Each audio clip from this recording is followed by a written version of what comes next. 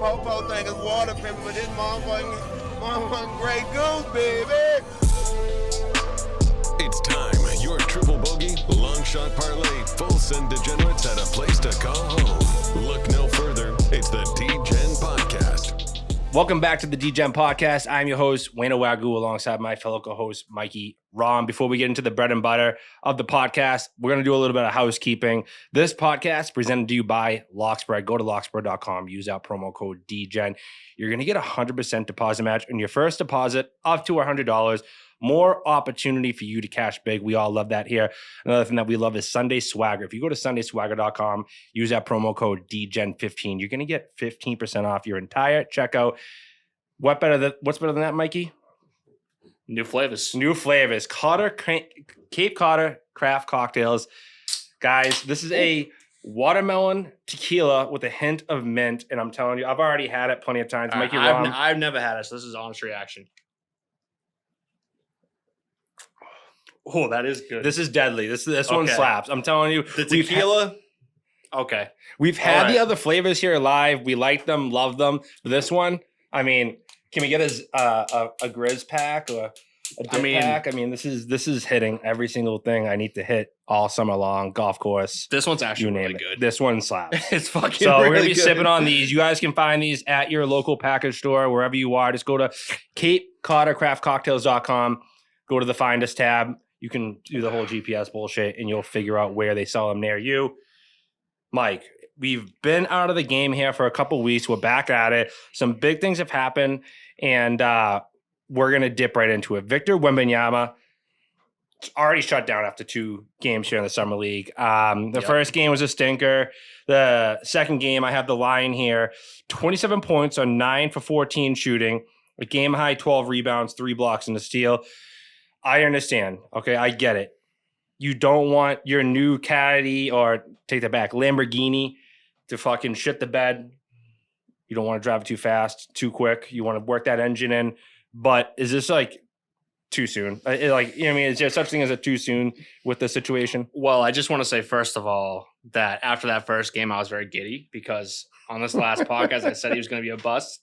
And when he shot 2 of 16 for like 9 points, I was like, all right, I was right. But like you said, he woke up the second game, 27 and, almost triple-double. As far as shutting him down too early, what's he really going to prove in Summer League? I mean, he's not playing NBA talent.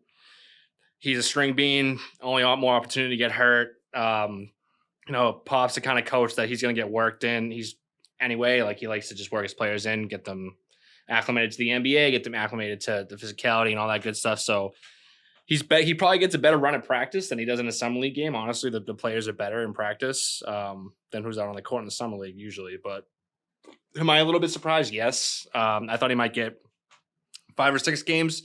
I think they saw all they needed to see in that second game. He actually dominated the competition. So, yeah, I think shutting him down is expected and kind of sucks because he looks like he's going to be a good player. So the reason why I think that this shutdown happened is 100% due to what happened last year. Chet Holmgren of the OKC Thunder. Another string bean. Another string bean. Same exact prototype body in terms of thin, tall, lanky, clearly not durable, right? So why risk it? Why have a 2.0 and repeat history here? Holmgren hopefully back this year. He was blowing up the Summer League last year. So I'd like to see him back this year. But I actually don't hate Wembanyama sitting as much as I would like to see him play selfishly. I'm also not watching summer NBA basketball too often, so at least I'm not betting on it. So that's that. But one other thing I want to dip in before we move on to the next topic is it a coincidence or is it not that he happened to light up the NBA right after Britney Spears got absolutely slapped the fuck to the next, I don't even know, next TikTok video? Did you see the video? I didn't know. Oh, yeah. I mean, Britney Spears, pray for Britney Spears. If it's actually her and not like some kind of clone, which honestly, if you want to go down tinfoil hat, I could go on and on about that. I don't think it's her. But yeah, if you saw the video, he really didn't do anything wrong. He was just kind of walking and she just like ran up behind him. And like it looked like her security just like went to like shoo her away. And unfortunately, she did get hit in the face, which you never obviously want to see that. I think it did get blown a little bit out of proportion. When they first reported it, it sounded like he like slapped her or something. Oh, it sounded like it was like full WWE. Yeah, it sounded like he slapped her, and then it was his security, and then the video comes out and it kind of is a nothing burger. Yeah, it's just, hey, welcome to the NBA. Welcome to the limelight. You got Britney Spears running up on you randomly. It's not going to be the first time or last time that somebody runs up on him. So get used to that. Kind of got to work through a little adversity, see how he handled that part of it, which is obviously not ideal, but kind of good that that's out of the way. But yeah, he seems like a good kid. Like you said, they shut him down early for Summer League, but I'm excited to see him play in the NBA. Yeah, it's definitely Britney bitch. It's definitely Britney bitch. I mean, bodyguards are going to bodyguard, so get off the tracks when the train's coming through, Brit.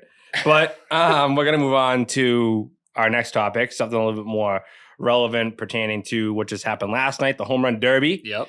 Right? I actually had Luis Robert Jr. to cash on that. DraftKings was doing like a special promo, 50% profit, up to $25. Made a little TikTok / Instagram post for you guys. Hopefully you guys tailed that and got into it. But my pick did not win. But either way, you could have got Vladdy, I think for a plus 555 with the boost. Last night, didn't look hot coming out of the gate. Comes in, basically just mows down the competition at the end there. But what's the biggest story here? All right. And this is a tough one, in my opinion. Vladdy winning, right? Or Julio Rodriguez, hometown guy in Seattle, breaks not just their record to 41, but breaks Vladdy's previous year record of 40. Yeah. Yeah. It was a great event. First of all, I just want to say it was a great home run derby. Definitely a lot of home runs. I will say I still don't like the home run clock. I wish they would go back to the outs. I just feel like it's better and there's like more on the line. You got to really think about your swings that you're taking. That being said, it was still a good event. I think the bigger story is probably Vladdy winning it. Those pictures have been going around on Twitter and the social medias of like big Vlad Guerrero winning, holding the trophy, and little Vladdy standing there like looking up at it, like gawking. And now there's a picture of him with the same trophy. So it's really cool. The hometown kid story is really great as well. I mean, he had a fucking great round, obviously. He had a great day. So he really put out for his hometown. So happy for him as well. I'm sure he'll get some good publicity off this as well. I mean, last year he absolutely lit it up. That's how basically he got put on the map. And then he signed some like supermax contract with the Seattle Mariners, and the rest is history now. He's actually been kind of underperforming, in my opinion, this season. I really don't even think he should have made the All-Star game, but obviously he's going to make it with the circumstances of the All-Star game being in Seattle. With that being said, I mean, I want to lean towards Vladdy and like the history of his dad previously winning it and stuff like that. But I mean, Julio Rodriguez, man, 41 home runs. The place was absolutely hopping. I haven't heard an MLB stadium really get that loud in a long time, whether it's the All-Star game, playoffs, you name it. I mean, it was pretty incredible. And it, for the first time in a long time, felt like baseball was back. I know we talked about it before. Yep. I think baseball is back. I would agree. I mean, you got people.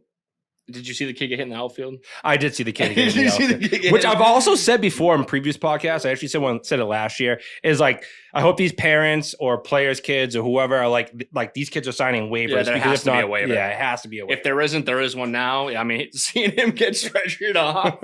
Wait, you got stretchered off? Yes, you didn't see the whole video? I didn't. I just he's okay. He's okay, everyone. He's fine. But I saw initial contact and then. Oh no. He was down. Really? Yeah, they had to stop it. And then they stretched him off and they kept going. Yeah, they said, fuck it. So maybe get some older kids in the outfield. There should be like an age limit. Yeah. And like you said, definitely some waivers going. Probably. Yeah.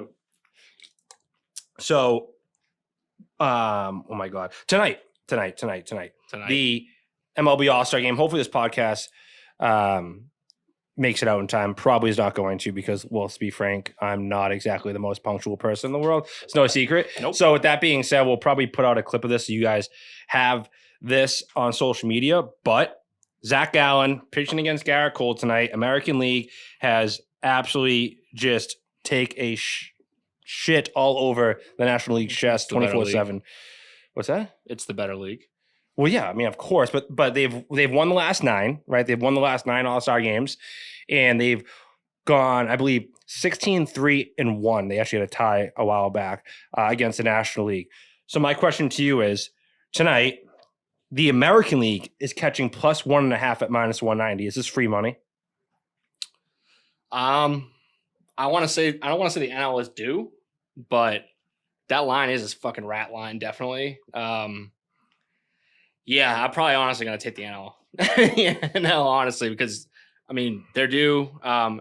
I do think this year the NL has a better overall talent on their team. if we're talking just talent, the AL always has the advantage because it's better pitching usually in the AL because they face DHs. You know, the pitching just needs to be better, which really shines in the All-Star game when you have like 5 starting pitchers go an inning at a time. So the AL has that advantage, but in this case, I think the NL might actually pull it out.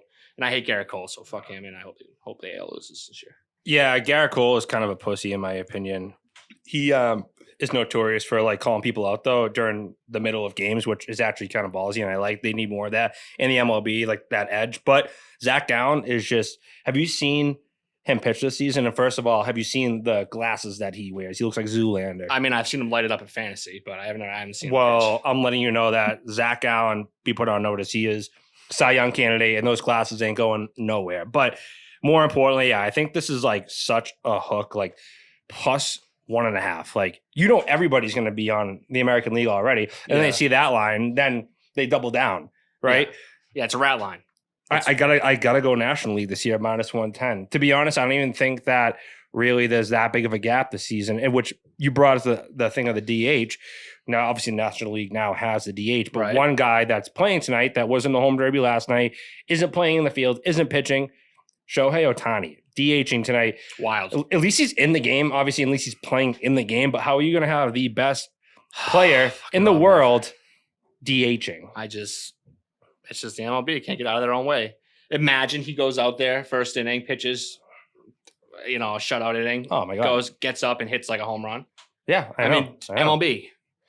Do you not want people to like you? Like, you're doing a good job this year, but you could easily make it better by doing this. So I don't understand. Like, that. People love versatility in the MLB, and you saw it last night with Adley Rutschman. I don't know if you saw that, but he got up. His dad was pitching to him, by the way, in the home run derby, which was awesome. It's a dream. Awesome moment. But he starts off lefty, crushes the ball, gets into the final bonus time, which is like 30 seconds, switches. He's a switch hitter, switches to the right, and then proceeds to hit 8 out of the next 9 balls out of the park. Like, people love that shit, and people were on fire when that was going down. Like, the whole place was jumping, kind of like the Julio Rodriguez situation. But yeah, you got to play your best player in big moments, MLB, to get these ratings up. Baseball is back, but yeah, you could be doing better still. I agree.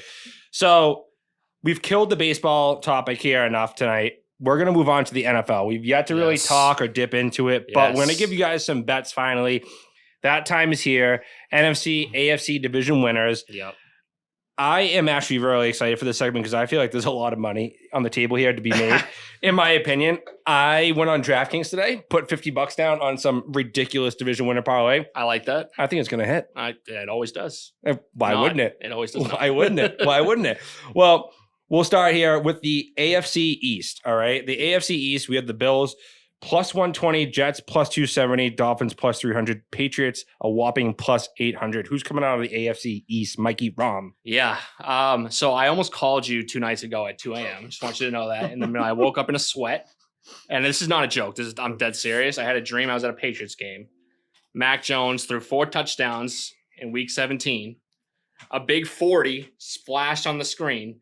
40 touchdowns from Mac Jones this year. Is that with or without DeAndre Hopkins? Because I'm pretty sure, from what I've heard, now the Titans have been more aggressive trying to get him. I mean, dreams are always a little bit hazy, but I legitimately woke up in a sweat. I like shot up. So you're saying that the Patriots are going to win the division? Plus 800, I might put a large amount of money on that. Really? Yeah, I don't know. Sometimes I have these dreams. I'm like Nostradamus. Even with your boy Aaron Rodgers back in the division? Well, not back, but into the division. Fuck him in his weird hair. I think the Pats might pull it. I don't know what.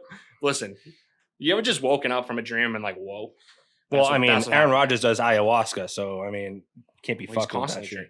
Yeah, he's constantly dreaming. Well, I'm picking the Miami Dolphins, and I know that's an unpopular pick because Tua is like concussion-prone guys, almost a vegetable at this point. But I think that they've added enough around him where they can keep him safe enough where hopefully majority of the season he can stay on his feet where he's not missing too many games and they can win enough games to win that division. I think Buffalo has kind of hit their peak. They have a lot of issues with Stephon Diggs. Stephon Diggs he's grumpy. Has been grumpy. Yeah, and for good reason. Last year in the final game of the season, they didn't really utilize him, not only the way that he wanted, but the way they really should have. I mean, they didn't get him the ball when they should have been getting their best position player the ball outside of Josh Allen, obviously. But with that being said, there's also the wavering possible signing of Dalvin Cook. Dalvin Cook, if he was to be signed, I know your expression, but if he gets signed, that's a huge game changer as well. Obviously, these are a lot of if, ands, buts. But with that being said, even without Dalvin Cook, Tua hopefully staying healthy. So let me ask you a question. I think he wins. What's the number of games Tua has to play for them to win the division? I think that you can't win any less than 11, but I think he's going to have to win 13. I think 11 is in contention based off the schedules I've seen. Obviously, the AFC East, outside of your Patriots that you picked at plus 800, I think is not very competitive. I mean, it's very competitive. I think that the Jets also are a plan. It really just depends on Aaron Rodgers. They picked up some good people in the draft as well. They had an outstanding draft, as a matter of fact. But we're going to move on to the AFC North. Cincinnati Bengals plus 150, Ravens plus 220, Browns plus 425, Steelers rounding out the group at plus 450. I'm going to dip into this first and just say, I do love what the Ravens did this year, despite absolutely hating Lamar Jackson. He's not a quarterback. He's an athlete, right? Yeah. They did get Zay Flowers, who I really am jealous about. I would have loved for him to be a New England Patriot. But with that being said, they went up a step further, get Odell Beckham as a free agent. I think between those two guys, they never really had a bona fide number one. Odell is a fringe bona fide one with all the injuries. But I think he's still very talented, where it's going to be a huge upgrade for Lamar passing the ball. As much as, again, I don't think he's a good passer. I do think that's going to be a huge X factor in the division, but I can't not go Bengals because I mean it's just a bit Joey Burrow. It is what it is. As the number one Joe Burrow stan, I'm also picking the Bengals. I agree with a lot with what you said about the Ravens and Lamar Jackson and Odell, and that offense getting better this year. I think Lamar Jackson is not a great passer, but he's a better passer than everyone has been giving him credit for. He's really had nothing to throw to the past couple of years. So the revamp of that wide receiver core is definitely going to help them move forward and be a better team this year. But I mean, the Bengals seem to be revitalized. It's the decade of the Bengals dynasty ? Joe Burrow MVP ? Probably will put some money on that this year. I just think that they're a train that is not stopping anytime soon. If they can just clean a few things up, tighten up the defense, maybe tighten up the special teams, which was nobody really talks about, not very good for them last year and might have cost them. I don't even know what their kicker name is. I'm losing my mind right now. Yeah, he misses field goals. But he misses a good amount. Kicker, fuck you. But I just think that, I think the Ravens will probably be a wild card team. I think they do make the playoffs, but I think the Bengals, pretty easily handle the division. So the AFC South, I really think there's going to be a new division winner here in terms of perennial division winner.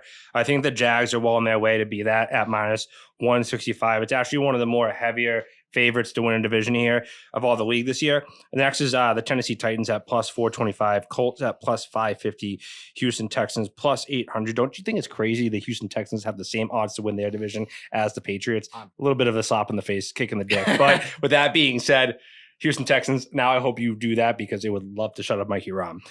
I think that blonde flow, I mean, I don't have a flow. I'm receding and balding, but I think that blonde flow of Trevor Lawrence is due to take the next step into another stratosphere. I think that he showed his capable decision-making, reliability, and athleticism and everything that you want in your quarterback last season. And now that he's kind of, I won't say proven himself, but now that he's got used to the weapons around him, they've added more weapons. I think that there's nothing less than a big jump this season for him. And I think that the team as a whole only got better. Like I said, I just think that division is trash. I think Derrick Henry, as good as he is, I think you're starting to see a little bit year by year now the mileage put on him. Yeah. They don't have a great quarterback. I actually think that the next play for a division winner is Colts.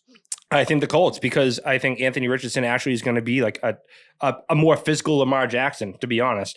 I think he has that capability with Jonathan Taylor doing the whole option read. That's going to be a huge thing for them, I think. But I don't think it's enough to win the division. Give me the Jaguars. Yeah. I think Trevor Lawrence has to. I feel like they have to win the division this year. I feel like if they don't, they're in huge trouble, and he's in huge trouble because, like you said, they are the clear favorite, one of the heavier favorites this year for the NFL. I also like Trevor Lawrence a lot. I think he has the talent to kind of take them to the next level. But the Jags better win the division this year because you just mentioned it. The Colts and Anthony Richardson are right behind them. If the Jags don't realize their potential in these next couple of years, it's just giving time for the Colts to fucking figure out their shit. And they could be, back to where they usually are. Plus 800 for the Houston Texans. I do just want to say, I did see a Twitter clip of Deshaun Watson zipping it to some wide receivers today. Well, he's not with them. He's with the Cleveland Browns. Okay. Axe that, please. Thank you. Well, I mean, if you want to keep on going on that, the Browns, we're going to be getting to them next. Okay. I'm sorry. They're actually not next. We're still AFC. We're going to do the AFC West. The Chiefs minus 165. That's the obvious pick. Chargers plus 340, which, mind you, I am going to pick the Chiefs to win this division, but that is unbelievable dough at the Chargers to win because they do have great value. They do have the opportunity and ability to beat the Chiefs. You showed it last year. Yeah. And they really competed in all those games they played against the Chiefs. For some reason, as talented as they are, they can't get out of their own way. I don't know what's wrong with them in the terms of just not winning games, but they have so much talent. And for them to be that big a plus money, I think you can't not take them. So I'm actually going to bet the Chargers just for the sake of the money value. All right. But I actually think the Chiefs are going to win the division based off of just previous record. They're like the Patriots before they just clockwork division winner. 12-4 or 12-5, I guess now is a lock for them, if not better. But yeah, I think the Chiefs are a good play, if the safe pick. But I'm going Broncos country. Let's fucking ride. Get the fuck out of here.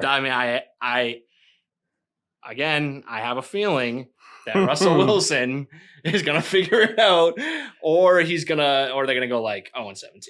It's either they win the division or 0-17. That's a fine line.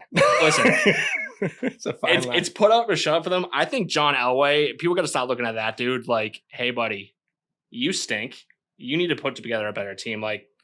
Let's go. The Broncos are a proud franchise. They really are. They have always been good. They're Super Bowl champions. They have that history there.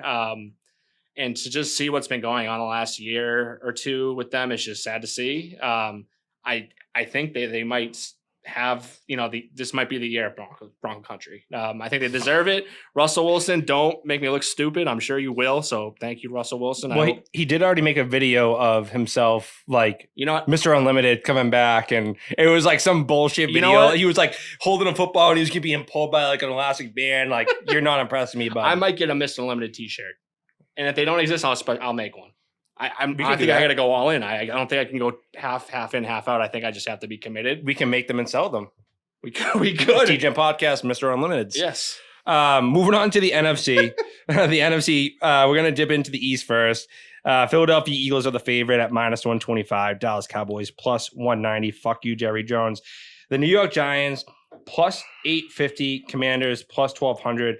First and foremost, before we even get into who I like, Daniel Jones contract. Horrendous. That's funny. They are doomed now until the end of that contract expires or he falls off the face of the earth. One of the two. But either way, I'm taking the Eagles minus 25. I can't believe it's not higher, to be honest. Dak Prescott, I'm sorry, but your days are over. I love that Zeke's gone. Now Tony Pollard can kind of control that backfield. That is going to be a huge benefit, I think, for them offensively in terms of just the juice. Tony Pollard has that juice, and you know what I'm talking about. I just think that Dak Prescott, no matter what weapons you put around him now, I just think that he's past his prime. I think he's on the downside of it. And this team cannot compete with the Eagles, especially after they got DeAndre Swift. Yeah, I don't think anyone can compete with the Eagles. I think they're the clear play. Two things. One, I despise the Eagles head coach. I think he's a bitch. Nick Sirianni. You just rubbed me the wrong way. I'm sure you're a nice guy. Can you look into the camera and say that? Yeah, I think you're a nice guy, but I don't like you. I'm sorry. That being said, you have a very good football team and you'll win the division. But one thing I want to note, the Commanders, I might do a little sprinkle on them. Really? Yeah. They got that new owner, just sold energy. There's some juju, maybe the football gods, maybe they're due for some good luck. They have a decent roster. They don't really have a quarterback, which you need in the NFL, but Wait, you need a quarterback to win games in the NFL? yeah, I think teams have tried, and yes, you in fact need one. The Cam Newton Patriots Exhibit A. Yeah, right. But yeah, I kind of like. I mean, they're long odds. You just got to put a few bucks on them. I think I might actually do it. I think they could probably get Hutton. There might be some magic going there. I think they run towards the wild card. It's just the division. I mean, Eagles are going to be a juggernaut in that division. It's outside of the Eagles, the second worst division, in my opinion, in the NFL this year. But the next division we're going to cover, NFC North.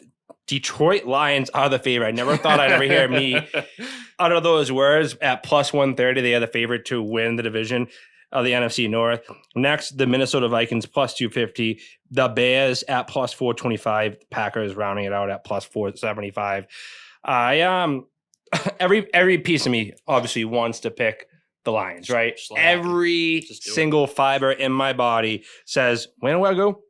Just pick them. Why are you resisting? I can't.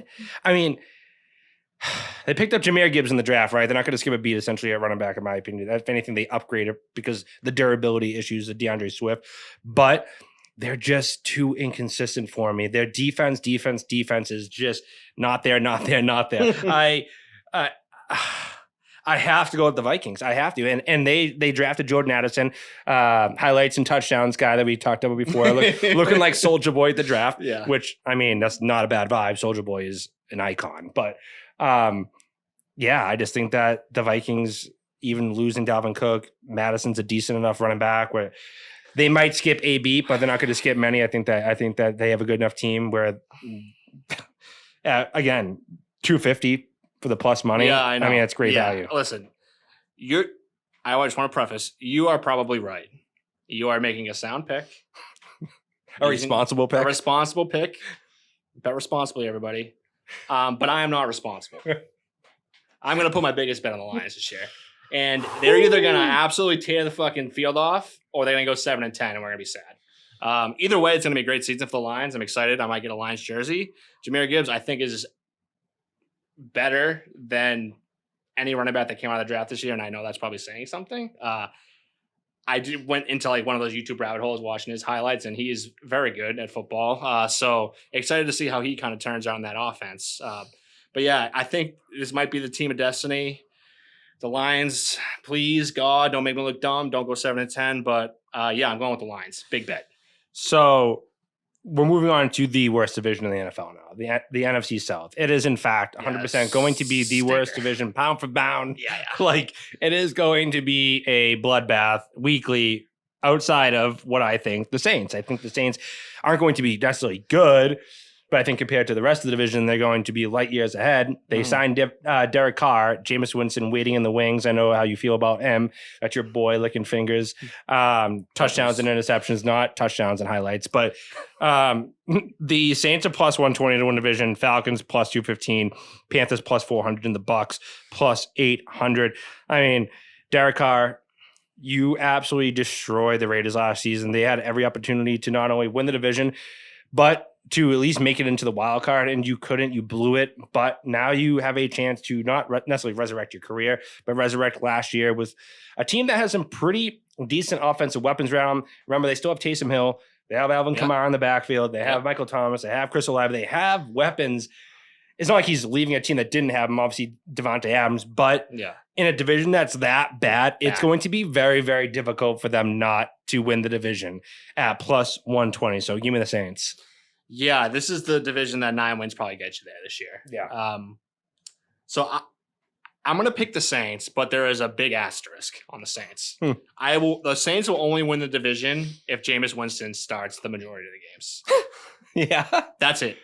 So you're bargaining Derek Carr getting pulled or hurt? If Derek Carr does not get pulled or hurt, hopefully he gets pulled and not hurt. I don't want to wish for anyone to get hurt. But yeah, if he's not pulled or injured by week 3, then the division's a crapshoot. Who knows what the fuck's going to win? But if Jameis Winston comes in, 31 touchdowns, 31 interceptions, a lot of W's, maybe not a lot, but enough W's, and bounced in the first round.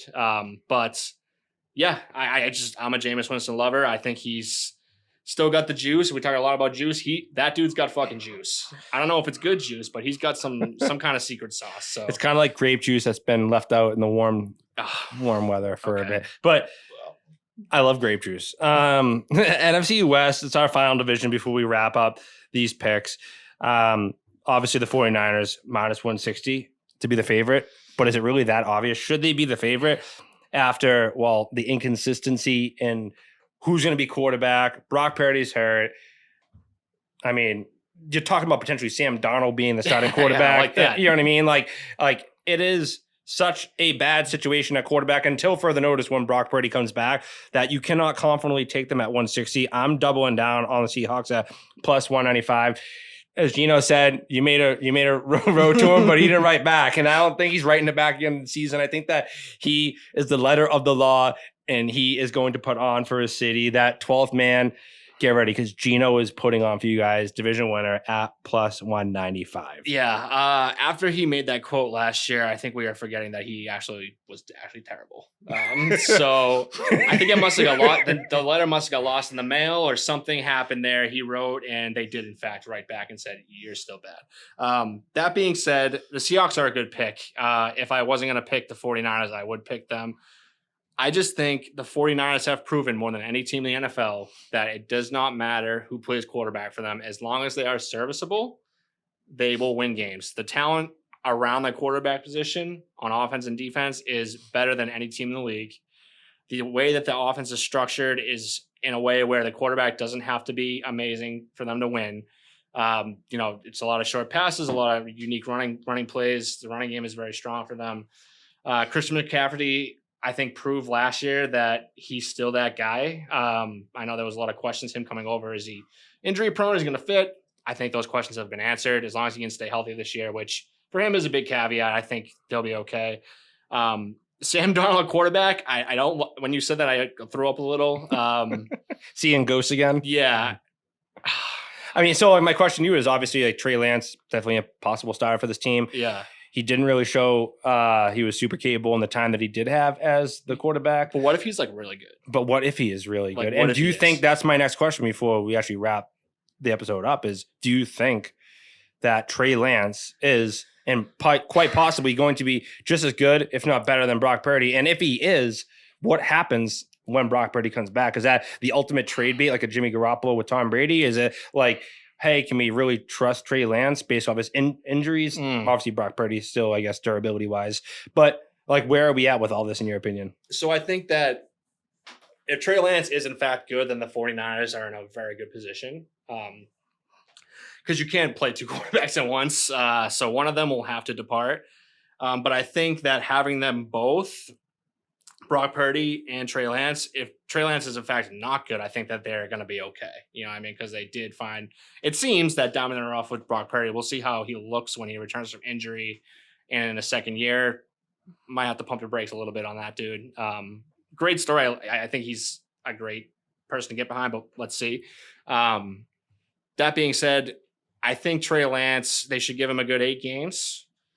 If they are not in first place in the division, if they are below 500, I think it's time to put the ghost man Sam Darnold in until Brock Purdy returns and kind of cut your losses there. But I think we need to give him some more time. Yeah, I really don't think that Trey Lance had necessarily a fair opportunity before he got hurt. It wasn't enough of a slate to really judge him off of.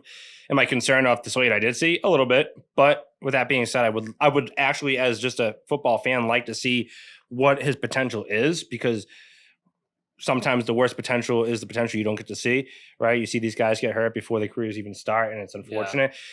With that being said, do I think personally he is going to be good? I don't. I do not think Trey Lance is going to be that guy. I think that he's going to be a career backup quarterback. If that, I think that he's going to vanish out of the league here in the next 4 to 5 years. And I know this is such a sad song, such a sad story, but it's just how I feel. Nothing against Trey Lance. He's a great guy, but Trey Lance, I'm sorry. I am not crazy about your game from what I've seen. You played it in a division at North Dakota. I think that was the Bison, right? And that wasn't exactly top tier. You did light it up, but this is the NFL, baby. Yep. Come on. Yeah. Great podcast. Yeah, cool. I can't wait to double down on my parlay for the division winners because now I feel really confident after hearing your picks. Good to get back into the NFL bets. I think that's. Isn't it like cleansing? It just makes me feel better. That's probably not good, but it makes me feel better. We're in the dog days of the summer, and it's days like these that you need to mix in to feel like the D-Gen side is still there. Yeah, definitely. Yeah, I mean, I think next episode, maybe, I don't know if it's too early. Maybe we'll ask the public on our social media, but possibly a fantasy football pod. Start dipping into that. I know, like it's like nobody same sad says song like every year. fantasy team, but I think we should do. Yeah, I think that might be a good podcast to hit next episode. But It was a good one. It's good to be back. As always, go to lockspread.com. Use that promo code DGen. You're going to get 100% deposit match on your first deposit up to $100.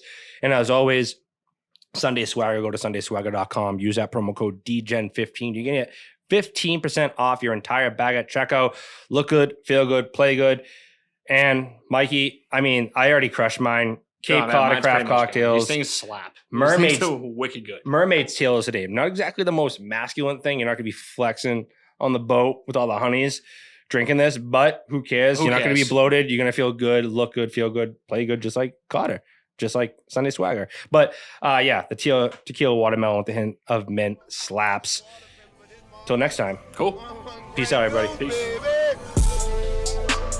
It's time. Your triple bogey, long shot parlay, full send degenerates at a place to call home. Look